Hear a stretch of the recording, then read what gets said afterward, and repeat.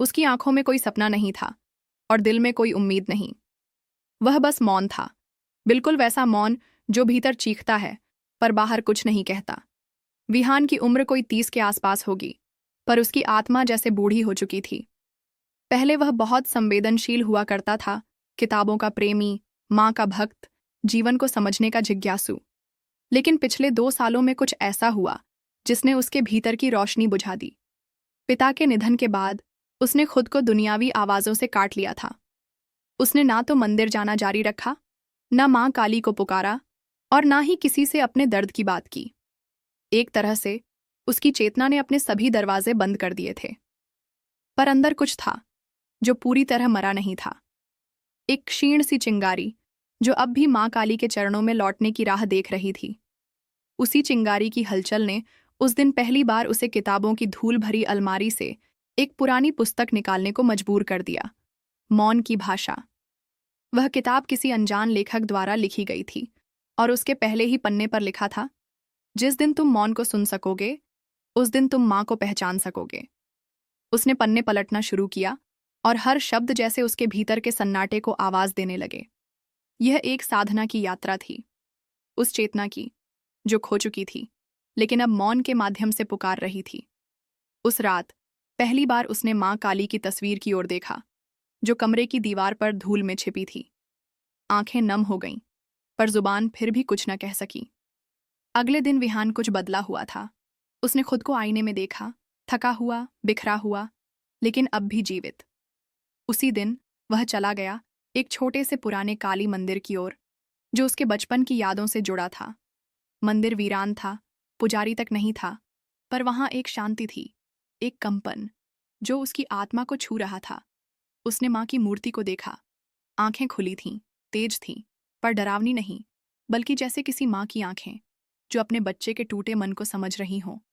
पर फिर भी वह कुछ न बोल सका। भीतर मौन था, लेकिन अब वह मौन उसे परेशान नहीं कर रहा था। वह मौन अब उसके संघर्ष की शुरुआत बन गया था।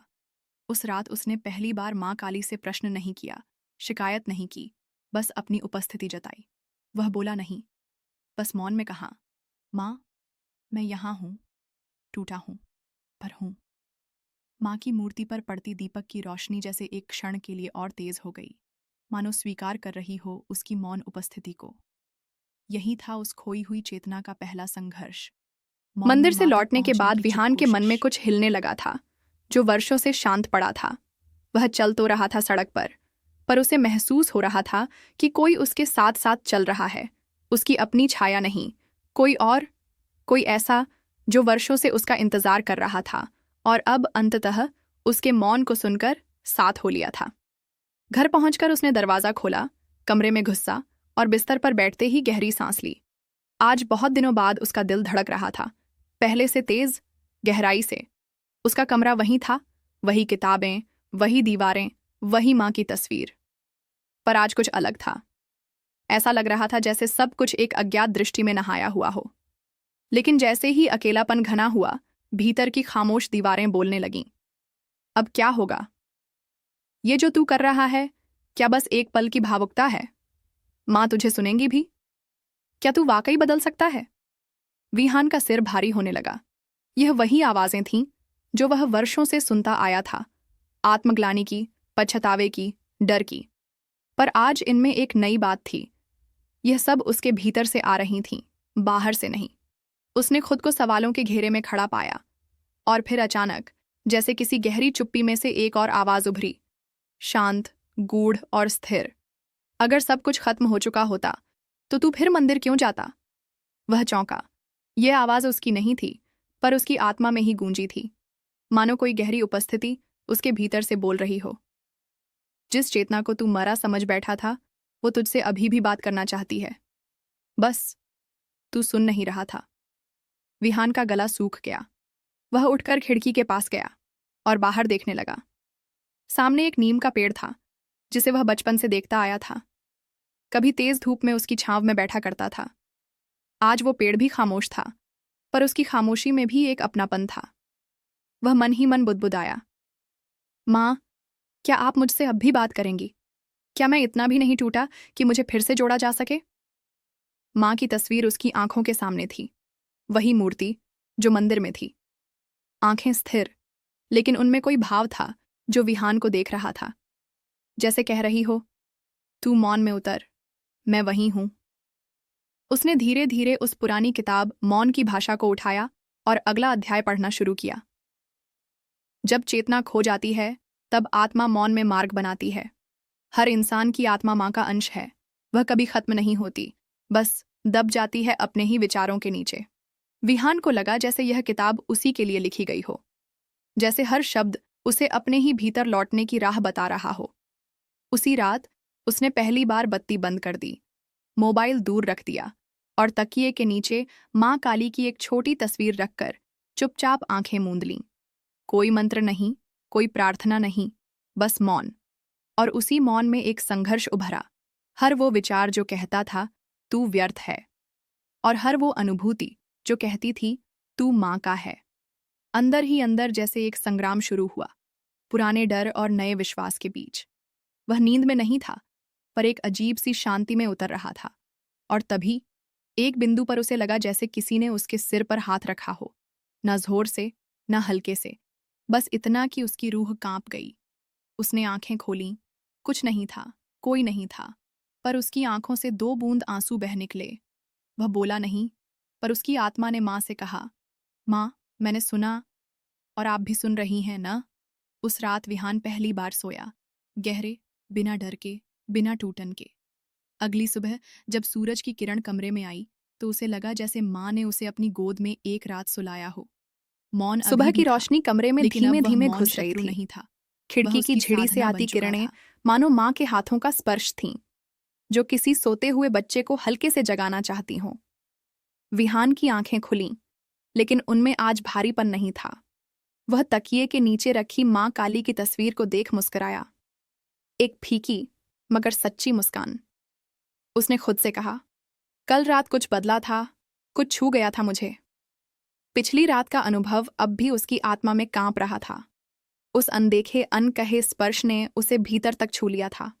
उसे किसी ने नहीं जगाया, कोई शब्द नहीं बोले गए थे, फिर भी उसे लगा जैसे कोई संवाद हुआ हो, मौन में, बिना भाषा के, आत्मा से आत्मा तक। नहा धोकर उसने साफ कपड़े पहने और पहली बार बिना किसी सोच के सीधे मंदिर की ओर चल पड़ा। रास्ता वही था जो वर्षों से था, लेकिन आज उसमें एक पुकार थी। मंदिर तक पहुंचते ही उसे महसूस हुआ जैसे वह अकेला नहीं है। मंदिर अब पहले की तरह सूना नहीं लग रहा था। घंटी नहीं बजी थी, न ही कोई आरती हो रही थी, लेकिन फिर भी मंदिर की हवा में कोई ऊर्जा थी, स्थिर, शांत, मगर गूंजती हुई। माँ की मूर्ति के सामने खड़े होते ही उसकी आंखें स्वतः बंद हो गईं। उस पल समय जैसे रुक गया, और तभी भीतर कुछ हुआ, जैसे किसी ने उसके मस्तिष्क के अंदर एक प्रकाश की रेखा खींच दी हो। वह एक क्षण में कहीं और चला गया। आंखें बंद थीं, लेकिन वह दृश्य देख पा रहा था। उसके चारों ओर अंधकार था, गहरा, विशाल और मौन। लेकिन उस अंधकार के मध्य एक तेज लौ थी, नीले प्रकाश से लिपटी हुई, और उस लौ में एक आकृति थी, माँ काली की, शांत रूप में। माँ का चेहरा तेजस्वी था, लेकिन कठोर नहीं। आंखों में आग नहीं, करुणा थी। होंठ बंद थे, लेकिन जैसे उनका मौन बोल रहा था, सीधा उसकी चेतना से। तू मौन में मुझे ढूंढ रहा है, तो मौन में ही मैं तुझे मिलूंगी। तेरी चेतना सोई नहीं थी, बस दब गई थी, और अब वह उठने को तैयार है। तेरा दर्द तुझे तोड़ने नहीं, तुझे मुझ तक लाने के लिए था। यह सब किसी स्वप्न की तरह घट रहा था, लेकिन यह कोई साधारण स्वप्न नहीं था। यह माँ की चेतना का संकेत था, एक दिव्य संवाद। माँ की उपस्थिति जैसे क्षण भर में ही सब कुछ बदल गई। अंधकार अब अंधकार नहीं रह गया, वह उसकी यात्रा का हिस्सा लगने लगा। और माँ की आंखें, वे बस देख नहीं रही थीं, स्वीकार कर रही थीं। हर बार मैं पुकारने पर नहीं आती बेटा, कभी कभी मैं तब आती हूँ जब तू खुद को पुकारना भी भूल गया होता है। तूने जो मौन बोला था, मैं उसी को सुनकर आई हूँ।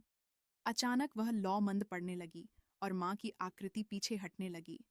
विहान की आंखें अपने आप खुल गईं। वह वापस मंदिर में था, पर अब सब कुछ बदला हुआ लग रहा था। वह एक अनुभूति से गुजर चुका था, और वह अनुभव अब उसकी हड्डियों तक समा चुका था। उसके हाथ खुद ब खुद जुड़ गए, आंखें नम हो गईं। माँ, आपने मेरी आत्मा को सुना, वह बुदबुदाया। मैं मौन में भटक रहा था और आपने वहां आकर मेरी हथेली थाम ली। वह घंटी नहीं बजाता, कोई मंत्र नहीं पढ़ता, बस वहीं बैठ जाता है माँ के सामने और आंखें बंद करके फिर से उस लौ को याद करता है, माँ की मौन दृष्टि को, उस नीले प्रकाश को। उसी दिन उसने एक छोटा संकल्प लिया, अब हर सुबह मंदिर आएगा, सिर्फ मौन में बैठने के लिए। ना माँ से कुछ मांगेगा, ना कुछ बोलेगा, बस सुनेगा अपने भीतर को और माँ की मौन पुकार को। शाम को घर लौटकर उसने अपनी डायरी निकाली, वह डायरी जो वर्षों से खाली थी। आज पहली बार उसमें लिखा, माँ मौन में भी बोलती हैं। मैंने उन्हें सुना और वे मुझे देख रही थीं। अब मेरा मौन मेरा शत्रु नहीं, मेरी साधना बन चुका है। रात को जब वह सोया तो मन पूरी तरह शांत था। कोई भय नहीं, कोई उलझन नहीं, सिर्फ एक बात मन में थी, मैं माँ से जुड़ गया हूँ। अब जो भी होगा वह उन्हीं की इच्छा से होगा। और इस जुड़ाव ने उसकी खोई चेतना को एक नई दिशा दे दी थी। अब संघर्ष बाकी था, लेकिन अब वह अकेला नहीं था। सुबह का आकाश नीला नहीं था, बल्कि हल्का धुंधला और उदास सा लग रहा था। विहान मंदिर से लौटकर सीधा अपने कमरे में गया और खिड़की खोल दी। सामने वही नीम का पेड़ था, स्थिर, मौन और समय से ऊपर। पर आज उसकी पत्तियां कुछ ज्यादा ही थकी हुई लग रही थीं, जैसे वह भी किसी अनदेखे बोझ से झुक रहा हो। विहान की आंखों में माँ की नीले प्रकाश वाली आकृति अब भी कौंध रही थी। वह चेहरा, वो मौन संवाद, वो गहराई, सब कुछ ऐसा लग रहा था जैसे आत्मा के किसी गुप्त तहखाने में संग्रहित हो गया हो। पर उस अनुभूति के बाद आज पहली बार उसके भीतर कुछ और भी जागा। अतीत, कई साल पहले की बातें उसकी चेतना में ऐसे उभरने लगीं जैसे जल में डूबे पत्थर अचानक सतह पर आ जाएं। उसके पिता, जो हमेशा कठोर और अनुशासन प्रिय थे, उसकी भावनाओं को कमजोरी समझते थे। बचपन में जब विहान रोता तो पिता की एक ही आवाज आती, मर्द बनो, रोना छोड़ो। वह भीतर ही भीतर टूटता रहा और उस टूटन की आदत पड़ गई थी। माँ की गोद उसे मिलती थी, लेकिन उनकी आवाज में भी एक डर छिपा रहता था। शायद पति की डांट, शायद सामाजिक नजरों का भय। जब वह किशोरावस्था में पहुंचा तो पिता ने हर निर्णय उसके लिए खुद लिया। क्या पढ़ना है, कैसे बोलना है, किससे मिलना है। भावनाओं का कोई स्थान नहीं था। और फिर एक दिन, बिना किसी पूर्व सूचना के, पिता का हार्ट अटैक से देहांत हो गया। वह दिन विहान की आत्मा में स्थायी सन्नाटा छोड़ गया। उसने कभी विद्रोह नहीं किया था, कभी पिता को कुछ कहने की हिम्मत नहीं जुटाई थी, और जब कहने का समय आया तब कहने वाला चला गया था। वह बस शून्य में खड़ा था, एक ऐसे जीवन के साथ जो कभी उसका था ही नहीं। आज, माँ के दर्शन के बाद, विहान पहली बार इस दर्द को फिर से महसूस कर रहा था। पर फर्क यह था कि आज वह उस पीड़ा से भाग नहीं रहा था, वह उसे देख रहा था, स्वीकार कर रहा था। उसने पुरानी अलमारी खोली और उसमें से एक भूली बिसरी फाइल निकाली। उसमें पिता की हस्तलिपि में लिखे पुराने नोट्स थे, उसके स्कूल रिपोर्ट कार्ड्स, कॉलेज की मार्कशीट्स और कुछ चिट्ठियां। एक चिट्ठी में लिखा था, विहान को मजबूती सिखानी है, वह भावुक है, उसे संसार की सच्चाई नहीं पता। अगर मैं सख्त बनूंगा तो वह जीवन में टिक पाएगा। विहान की आंखों में आंसू आ गए। तो आप मुझे तोड़ नहीं रहे थे, आप मुझे संभाल रहे थे। उसने पहली बार अपने पिता को केवल एक अनुशासक के रूप में नहीं, बल्कि एक डरे हुए पिता के रूप में देखा, जो दुनिया की सख्ती से अपने बेटे को बचाना चाहता था, अपने ही तरीके से। वह समझ गया कि उसने जो भी खोया वह केवल बाहर नहीं था, भीतर भी बहुत कुछ राख बन चुका था। और माँ काली की कृपा से आज वह उस राख को देख पा रहा था, और उसमें छिपी आग को भी। उसी शाम वह फिर मंदिर गया, पर इस बार उसने माँ से कुछ मांगा नहीं, कुछ बोला नहीं। बस वह बैठा रहा, आंखें बंद करके, और उसकी चेतना में एक दृश्य उभरा, एक नदी जिसके किनारे वह खड़ा था। पानी के बीच एक बच्चा खड़ा था, कांपता हुआ, अकेला, डरा हुआ। माँ काली की आवाज़ फिर गूंजी, अपने भीतर के उस बच्चे को पहचानो जिसे तूने अपने अतीत की राख में दबा दिया। उसे गले लगाओ, क्योंकि वही तेरा सबसे सच्चा रूप है। विहान की आंखों से आंसू बह निकले। उसने मन ही मन अपने भीतर उस टूटे हुए बच्चे को पहली बार गले लगाया। वह बोला नहीं, लेकिन उसकी आत्मा कह रही थी, माँ, आपने मुझे मेरे अतीत से डरना नहीं, उसे अपनाना सिखाया। आपने मुझे मेरी ही राख में छिपी चिंगारी दिखा दी। उस रात जब वह सोया तो पहली बार उसने सपने में अपने पिता को देखा। वे मुस्कुरा रहे थे, कठोर नहीं, शांत और स्नेहपूर्ण, और विहान की चेतना के ऊपर से जैसे कोई धूल की परत हट गई हो। विहान की चेतना जैसे अतीत के राख से उठकर नई सांस लेने लगी थी। पिता के प्रति जो कठोरता उसने वर्षों से अपने भीतर पाल रखी थी, वह धीरे धीरे रौंग रही थी। मां काली की मौन दृष्टि और स्वप्न में प्राप्त शांति ने उसे ऐसा स्पर्श दिया था जिसे शब्दों में कह पाना असंभव था। अब वह जानता था, उसे केवल अतीत से बाहर नहीं निकलना है, उसे अब अपने भीतर उतरना है। उस मौन में, उस शून्य में, जहां मां की उपस्थिति है, जहां उसकी आत्मा की सबसे गहरी परतें पड़ी हैं। उसी रात अपने कमरे की बत्तियां बुझाकर उसने दीप जलाया, मां की तस्वीर के सामने बैठा, आंखें बंद कीं और मन ही मन कहा, मां, मैं अब बोलना नहीं चाहता, मैं अब सिर्फ सुनना चाहता हूं। अगर आप मौन में उतरती हैं तो मैं उस मौन को अपनाना चाहता हूं। अब मुझे बाहरी ज्ञान नहीं, आपकी मौन कृपा चाहिए। वह जानता था कि यह साधना आसान नहीं होगी। मौन में बैठना, अपने भीतर के विचारों से लड़ना, समय के साथ खुद को साधना, यह सब किसी तपस्या से कम नहीं था। अगली सुबह से उसने एक नियम बनाया, सूरज निकलने से पहले उठना, स्नान करके एक दीप जलाना और मां के सामने बैठकर मौन साधना करना। पहले दिन जब वह बैठा तो केवल 2 मिनट में बेचैनी ने उसे घेर लिया। विचारों की भीड़, पुरानी यादें, अधूरे काम, घुटन, डर, सब एक साथ उसकी चेतना पर चढ़ आए। वह उठा, कमरे में टहला और खुद से बोला, ये बहुत कठिन है। पर भीतर से एक दृढ़ स्वर आया, जो मां की राह पकड़ता है उसे अपने ही भीतर के राक्षसों से पहले लड़ना होता है। बाहर की शांति भीतर की लड़ाई से ही जन्मती है। वह फिर बैठा, इस बार 5 मिनट, फिर अगली सुबह 10 मिनट, और कुछ ही दिनों में यह मौन उसकी आदत नहीं, उसकी आत्मा की जरूरत बन गया। हर दिन वह अपनी डायरी में एक पंक्ति लिखता, आज मां से थोड़ा और जुड़ गया, आज एक पुराना डर मौन में पिघल गया, आज पहली बार खुद को दोष दिए बिना देखा। धीरे धीरे उसके हाव भाव बदलने लगे, उसकी चाल में स्थिरता, उसकी आंखों में कोमलता और उसके मौन में शक्ति झलकने लगी। जो पड़ोसी पहले उसे खोया हुआ मानते थे, वे अब उसे नम्र और शांत समझने लगे। पर इस साधना में एक और संघर्ष छिपा था, अकेलेपन का। एक शाम जब वह मंदिर से लौटा तो कमरे में घुसते ही उसे बहुत खालीपन का अनुभव हुआ। वह मां के सामने बैठा और मौन में डूबने की कोशिश की, पर उस दिन उसका मन विचलित था।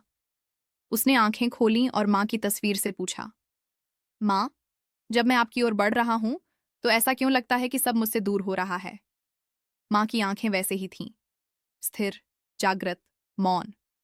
और उसी मौन में एक वाक्य उसके भीतर उभरा, जिसे तू खो रहा है वो शोर था, और जिसे तू पा रहा है वो मैं हूं। विहान की आंखें भर आईं। वह समझ गया कि मां उसे भीतर तक खाली कर रही हैं ताकि वहां केवल उनका वास हो। और उसी क्षण उसने अपनी साधना को संकल्प में बदल दिया। अब वह सिर्फ आध्यात्मिक सुख के लिए नहीं, बल्कि मां की कृपा से अपने भीतर की गहराइयों को स्वीकार करने के लिए साधना करेगा। उसने अपने कमरे की दीवार पर एक वाक्य लिखकर चिपका दिया, मौन मेरा पथ है, मां मेरी दिशा। अब उसके दिन साधना में और रातें आत्म मंथन में बीतने लगीं। हर दिन की शुरुआत मां के चरणों से होती और हर रात वहीं जाकर खत्म होती। लोगों को लगने लगा कि विहान बदल गया है, लेकिन उसे अब फर्क नहीं पड़ता था कि कौन क्या सोचता है। वह जान चुका था, मां से जुड़ने के बाद जो दूर हो जाए वह कभी उसका था ही नहीं। वह अब पूरी तरह साधक बन चुका था, टूटन से उपजा, मौन से बना और मां की छाया में विहान की साधना गहराने लगी थी। हर सुबह मां के चरणों में बैठना, आंखें बंद करके भीतर के सन्नाटे में उतर जाना, यह अब उसका स्वभाव बन चुका था। लेकिन साधना जितनी शांत दिखती है उतनी ही उथल पुथल भीतर ले आती है। मौन के बाहरी आवरण के पीछे अब एक भीतरी युद्ध शुरू हो चुका था। एक ऐसा युद्ध जिसमें ना कोई तलवारें थीं, ना कोई दुश्मन साफ दिखते थे, फिर भी रक्त बह रहा था, अंतरात्मा का। एक सुबह जब विहान साधना में बैठा था, उसके भीतर अचानक कुछ टूटने जैसा महसूस हुआ। आंखें बंद थीं, पर मन में हलचल थी। बचपन की कुछ छवियां सामने आने लगीं। एक कमरा जहां वह अकेला बैठा था, चारों ओर खिलौने बिखरे थे, लेकिन कोई उसे पुकारने नहीं आ रहा था। वह इंतजार कर रहा था, किसी के आने का, किसी के गले लगाने का। फिर पिता की आवाज गूंजी, कमजोर मत बनो, तुम्हें खुद लड़ना है। विहान की सांसें तेज हो गईं, ध्यान भंग होने लगा। वह उस अनुभव से बाहर निकलना चाहता था, पर माँ की तस्वीर सामने थी, शांत, स्थिर, देखती हुई। और तभी भीतर से एक स्वर उठा, भाग मत, जो भीतर है उसे देखने का समय आ गया है। विहान समझ गया, यह साधना केवल शांति पाने की नहीं, सत्य से साक्षात्कार की प्रक्रिया थी। अगले कुछ दिनों तक जब भी वह ध्यान में बैठता, कोई ना कोई पीड़ा सिर उठाती, कुछ ऐसे पल जिन्हें उसने वर्षों से दबा रखा था। माँ का असहाय चेहरा जब वह पिता की डांट सुनकर चुप रह जाती थी, दोस्त की धोखेबाजी जब उसने अकेलेपन का मजाक उड़ाया था, कॉलेज में वह लड़की जिसने उसे कमजोर और भावुक कहकर ठुकरा दिया था। विहान के भीतर जैसे एक एक परत खुलने लगी, पर हर परत के साथ दर्द था। एक रात वह अचानक नींद से हड़बड़ाकर उठा। उसका सीना तेजी से धड़क रहा था, माथा पसीने से भीग चुका था। उसने माँ की तस्वीर की ओर देखा, पर पहली बार उसे लगा जैसे माँ चुप नहीं, कठोर हो गई हो। क्या आप भी आज मुझे सुनना नहीं चाहती? वह बिस्तर छोड़कर माँ की मूर्ति के सामने जाकर बैठ गया, आंखें बंद कीं और भीतर की बेचैनी में डूब गया। उसके भीतर फिर एक दृश्य उभरा, एक गुफा, अंधकार से भरी हुई। वह गुफा के मुहाने पर खड़ा था, डर रहा था उसमें प्रवेश करने से। पर एक आवाज आई, यहीं तुम्हारा सत्य छिपा है। बाहर की रोशनी माँ है, पर माँ अंधकार में भी छिपी है। क्या तुम उन्हें वहां भी पहचान पाओगे? विहान कांपने लगा, पर कदम बढ़ा दिए। गुफा के भीतर अजीब सी खामोशी थी, भारी मगर शांत। और तभी उस अंधेरे के बीच माँ काली की झलक मिली, भयानक रूप में, विकराल, रक्तवर्ण, आंखों में अग्नि, हाथों में अस्त्र, गले में नरमुंडों की माला। वह दृश्य भयावह था, पर विहान भागा नहीं। उसने आंखें नहीं मूंदी। उसके होंठ कांप रहे थे, लेकिन हृदय स्थिर था। अगर आप मेरी माँ हैं, तो मैं आपके हर रूप को स्वीकार करता हूँ। आप शांत हों या रौद्र, आप मेरी हैं। माँ की मूर्ति के सामने बैठा विहान अब रो नहीं रहा था। वह बस मौन था, एक ऐसा मौन जो अब कमजोरी नहीं था, आत्मबल बन चुका था। और उसी क्षण उस भयावह छवि में धीरे धीरे परिवर्तन होने लगा। माँ की आंखों से अग्नि बुझी नहीं, लेकिन उनमें करुणा उतर आई। हथियार पीछे हो गए और मस्तक पर आशीर्वाद की मुद्रा आ गई। माँ की वही आवाज उसके भीतर फिर गूंजी, जो मेरी शक्ति को स्वीकार करता है, वह अपने भय से मुक्त होता है। तू अब अपनी आत्मा के युद्ध में विजयी हो रहा है। विहान की आंखें खुलीं। वह पसीने से भीगा हुआ था, लेकिन चेहरे पर अजीब सी शांति थी, जैसे भीतर कोई द्वार खुल गया हो। उसी रात उसने अपनी डायरी में लिखा, माँ केवल शांति नहीं है, वे तूफान भी हैं।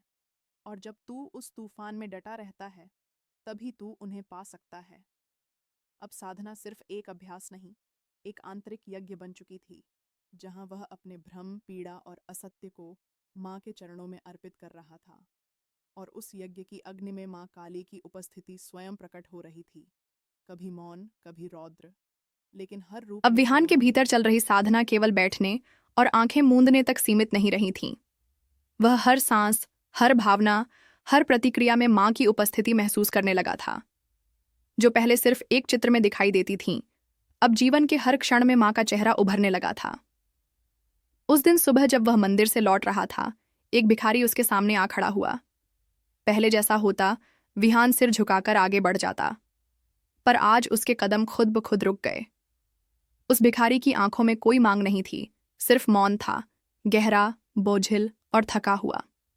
विहान ने जेब से कुछ पैसे निकाले और देने ही वाला था कि उसके भीतर से एक अनुभव फूटा। यह भिखारी नहीं, यह माँ की परीक्षा है। उसने पैसे नहीं दिए, बल्कि पास की दुकान से एक गरम रोटी और सब्जी का पैकेट बनवाया और उस व्यक्ति के पास बैठ गया।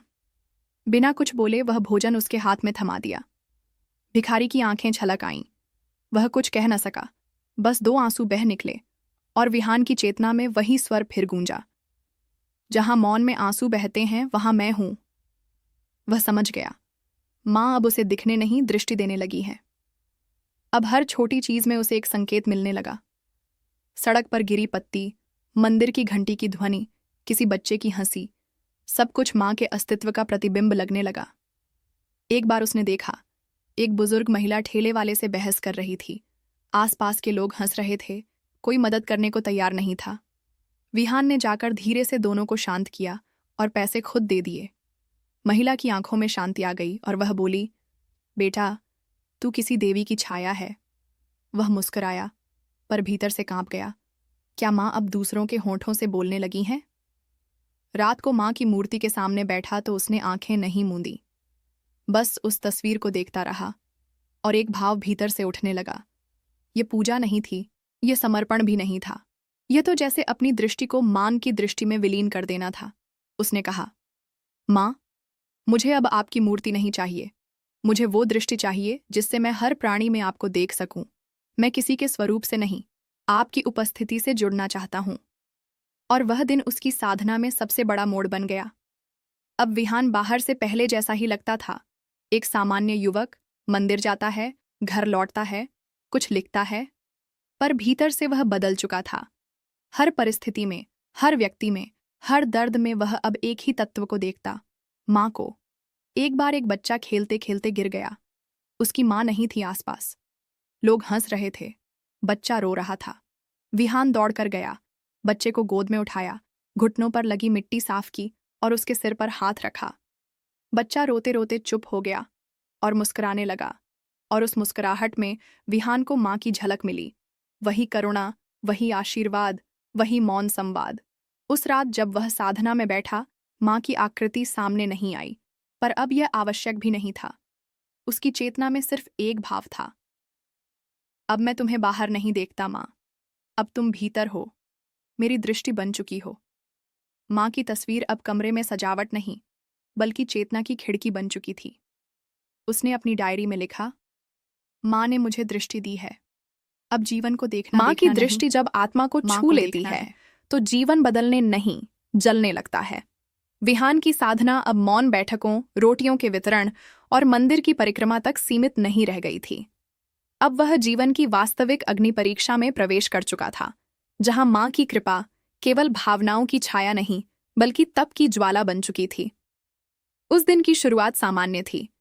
विहान मंदिर से लौटकर अपने कमरे में बैठा था, जब उसकी माँ रेखा ने कहा, बेटा, तेरे मामा जी आ रहे हैं, पुराने कागजात की बात करेंगे, घर के हिस्से को लेकर कुछ बोलना है उन्हें।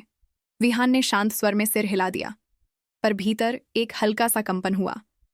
मामा जी, वही व्यक्ति जिन्होंने पिता के देहांत के बाद घर के हिस्से को लेकर कटु शब्द कहे थे, जिनकी बातों ने रेखा जी को रोने पर मजबूर किया था। शाम को जब मामा जी आए तो चेहरे पर वही पुराना रूखापन था। बातचीत शुरू होते ही स्वर ऊंचे हो गए। देखो बहन, ये घर आधा हमारा भी है। तेरे बेटे को ध्यान रखना चाहिए कि क्या हमारा अधिकार है। विहान चुप था, माँ की ओर देखा। उनकी आंखों में वर्षों पुराना दर्द उभर आया था। वह जानता था, अब एक शब्द बोलना भी सारा वातावरण भड़का सकता है। पर अचानक भीतर से माँ की मौन उपस्थिति जैसे जाग गई। यह भी तप है बेटा, मौन सहन करना नहीं, मौन के भीतर से न्याय बोलना। विहान ने आंखें बंद की, गहरी सांस ली और धीमे स्वर में बोला, मामा जी, आप घर में बड़े हैं, जो हिस्सा आपका बनता है हम उसे देने को तैयार हैं, पर कृपया स्वर में वैसा ही भाव रखें जैसा आप अपनी माँ से करते। एकदम सन्नाटा छा गया। रेखा जी की आंखों से आंसू बहने लगे, पर यह आंसू अब पीड़ा के नहीं थे, यह सम्मान के थे।